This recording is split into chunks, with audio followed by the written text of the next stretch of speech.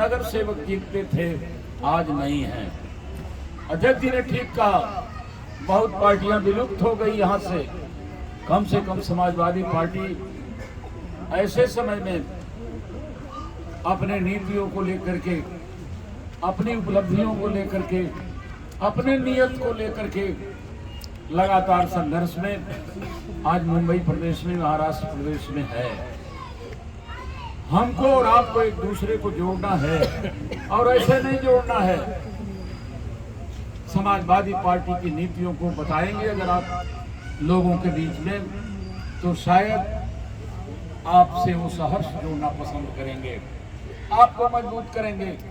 और एक बात आपको बता दें मेरे मित्रों, समाजवादी पार्टी लोहिया जी के सिद्धांत पर चलती है और माननीय मुलायम सिंह यादव जी, पूज्यनीय नेताजी ने कहा था कि जब तक समाज के अंतिम पक्ष के अंतिम व्यक्ति के चेहरे पर मुस्कान नहीं होगी, तब तक समाजवादी पार्टी आंदोलन करती रहेगी।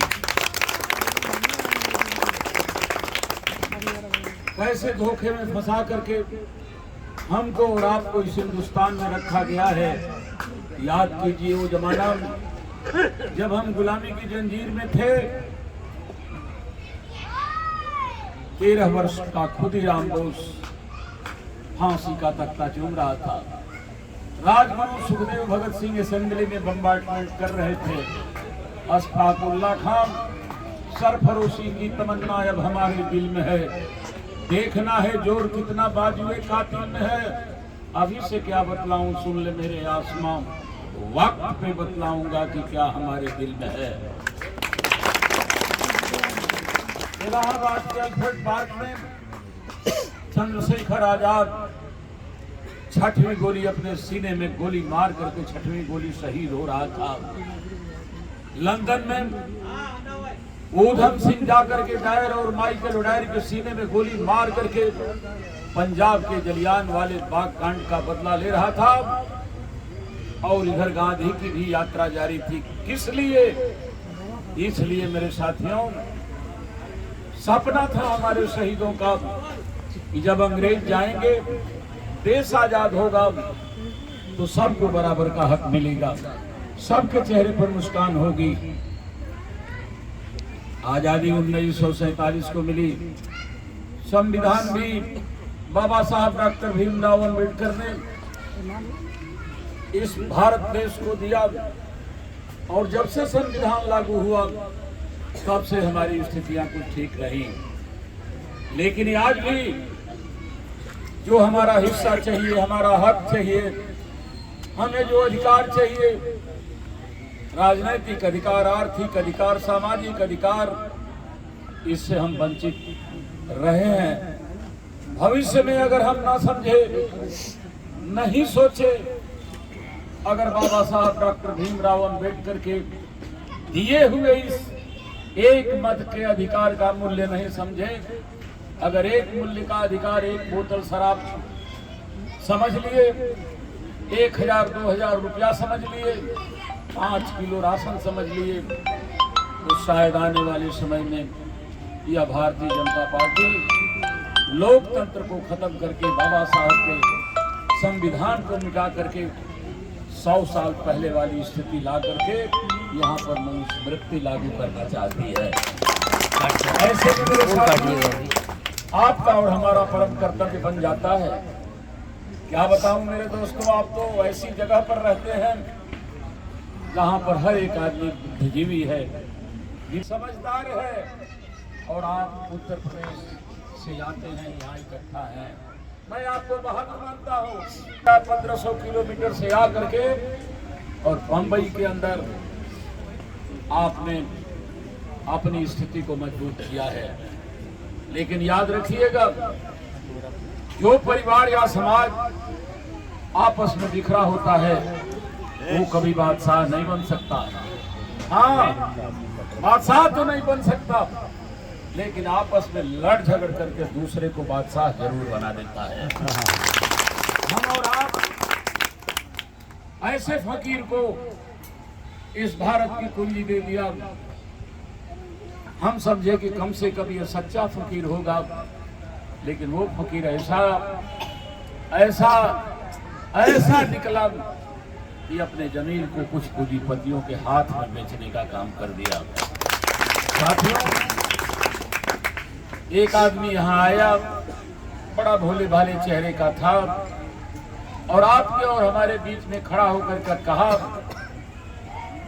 कि हमें मजबूत करो, हमें राजनीति की कुंजी दो।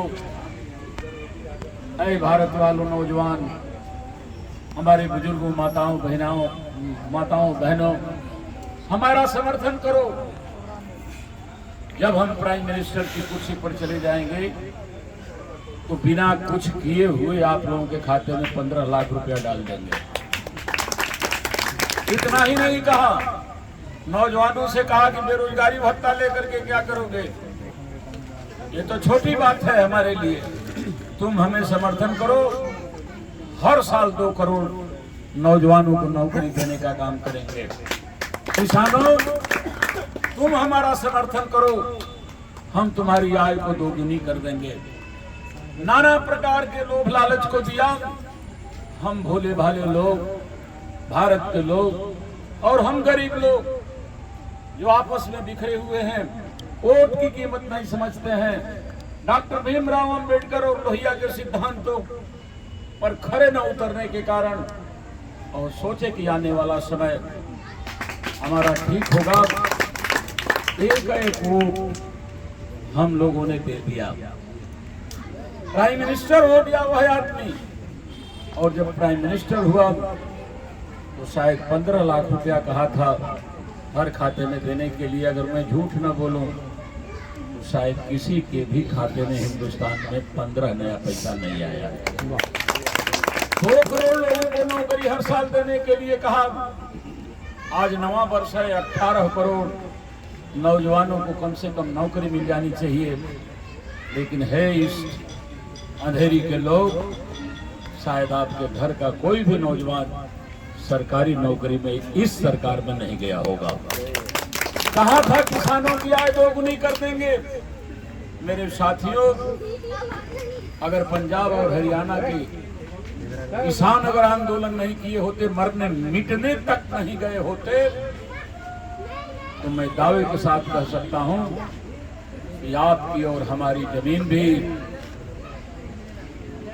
इन पूंजीपतियों के हाथ में दे दिया होता जो 100-200 के आसपास हैं हिंदुस्तान में, और अपनी ही जमीन में हम मजदूर बन के काम करते। ये तो पंजाब और हरियाणा के किसानों ने बचा दिया। सारी फैक्ट्री बेच दिया, रेलगाड़ी बेच दिया, एयरपोर्ट बेच दिया, और मेरे दोस्तों कहा कि नौकरी करने की क्या जरूरत है नौजवानों, पकौड़ी बेच करके अपना काम करो। पकौड़ी बेचो, हमने तो चाय बेचा है। कहा था देश नहीं झुकने देंगे, देश नहीं बिकने देंगे। क्या रह गया इस देश में? इस देश में क्या रह गया? हेडगेवार ने आरएसएस के सिद्धांत पर यह भारतीय जनता पार्टी चलती है, और आरएसएस का हेडगेवार प्रमुख जो था उसने कहा है कि अगर भारत पर हमेशा राज्य करना है तो 95% लोगों को कंगाल बना दो और 5% लोगों को इतना मजबूत बना दो कि जो तुम्हारे चमचा रहे,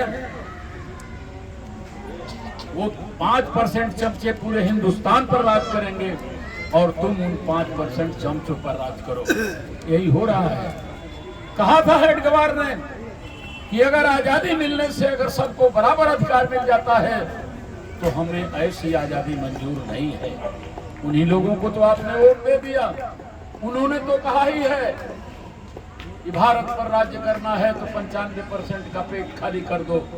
अगर पेट भरा रहेगा तो ये राजनीति की बात करेंगे, और पेट खाली रहेगा तो दिन भर पेट का इंतजाम करेंगे।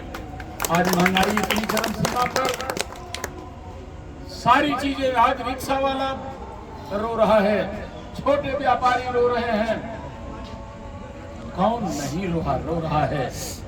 सिर से सीने में भी, पेट से पांव में भी।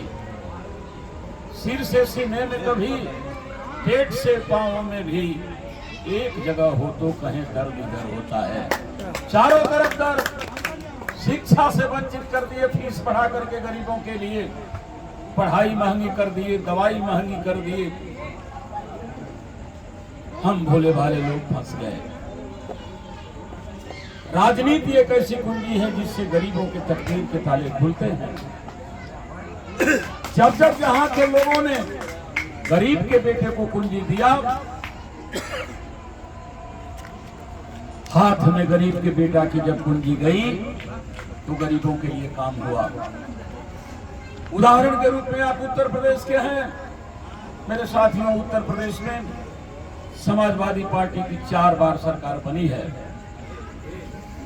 3 बार पूजनीय नेताजी आदरणीय मुलायम सिंह यादव जी मुख्यमंत्री रहे और 2012 से 2017 तक समाजवादी पार्टी के हमारे राष्ट्रीय अध्यक्ष माननीय अखिलेश यादव जी मुख्यमंत्री रहे। याद कीजिए वो समय जब नेताजी मुख्यमंत्री थे, उन्होंने कहा कानून बना करके किसानों के कर्जे उन्होंने माफ कर दिया। सिंचाई का पैसा किसानों का नहीं लगा, बिना पैसे की दवाई, बिना, उन्होंने एक योजना लागू कर दिया जिसको आप यूं कहें कि उन्होंने बेटियों के चेहरे पर ऐसी चमक ला दिया कि गरीब आदमी भी अपने बेटियों को पढ़ाना शुरू कर दिया। हमारे नेताजी कन्या विद्याधन योजना, पहले गरीब लोगों की लड़कियां आत्मदाह कर लेती थी।